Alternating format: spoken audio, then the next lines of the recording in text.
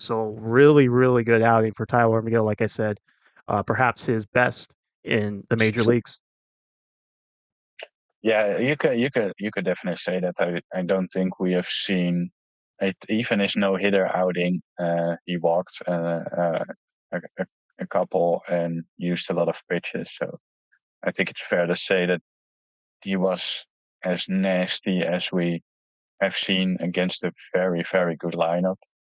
Um, I mean, we can talk about all the negatives, but having Tyler McGill evolving with that splitter is huge. Um, and he's to me he's a different pitcher. Another thing that I noticed is what eluded him in his earlier starts is his his inability to keep the velo up later in games. His velocity mostly dropped. It was pretty good early on, and then it just slightly went down. And this time he hit 97 in the seventh inning. So to me, that was a very, very positive sign. And adding that splitter that he threw one splitter that was absolutely nasty to show Otani to strike him out. Yeah, it just helps him. His control is better. He had just one walk. I think he allowed just three hits, but the walks have also always been a little bit of an issue for Tylor Megill. On the other end, we also have seen hot starts from Tylor Megill in seasons.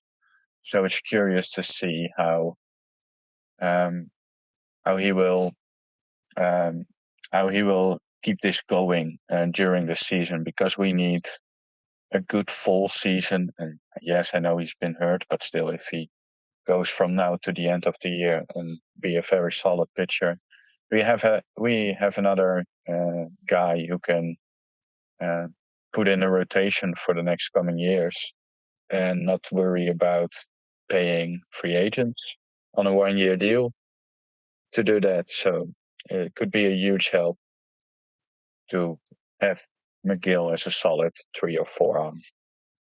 Yeah, I think we've talked about this before.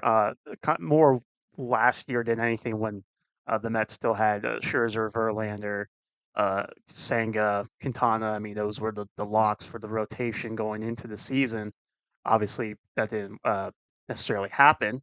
Uh, but we talked about the battle for the fifth spot last spring training between McGill and Peterson. We're both big David Peterson guys. We'll talk about his outing when we get there.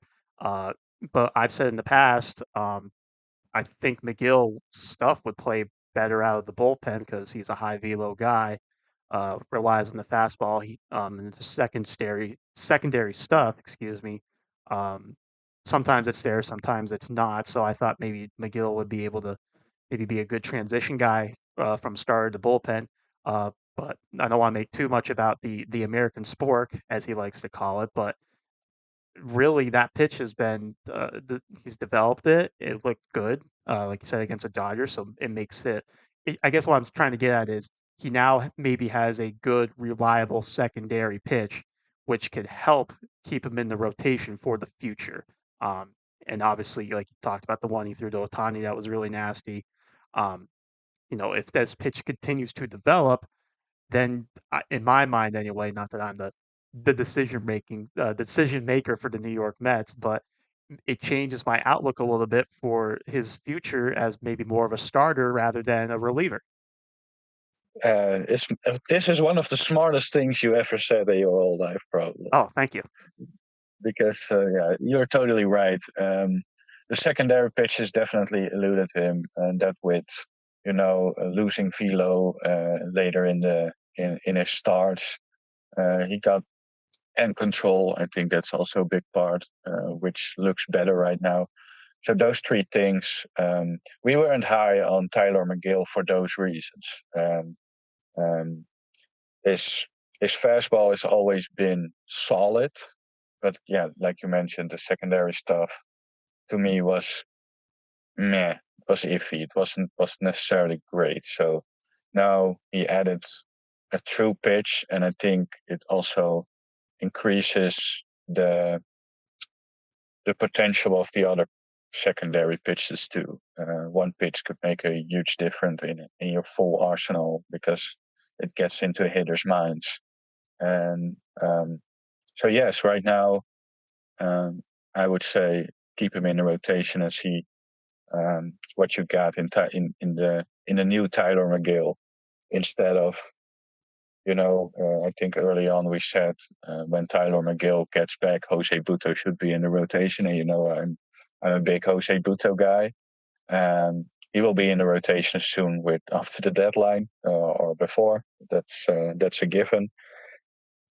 So McGill right now earns that look too, and kudos to him for learning, trying to add a new pitch and trusting that pitch in game because that's not always an easy thing to go to that pitch and 100% trust a new pitch. And we saw in the first start that it had potential, but it was iffy a bit on the control side.